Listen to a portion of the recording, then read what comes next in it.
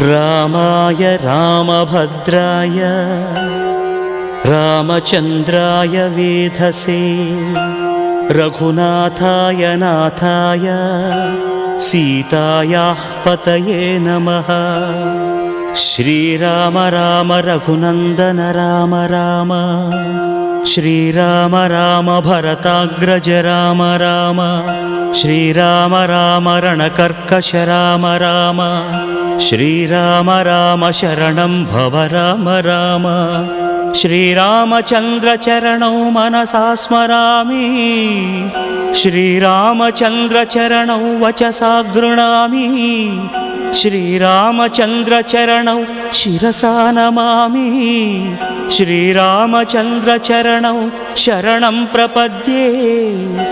माता रामो मत्पिता रामचन्द्रः स्वामी रामो मत्सखा रामचन्द्रः सर्वस्वं मे रामचन्द्रो दयालुः।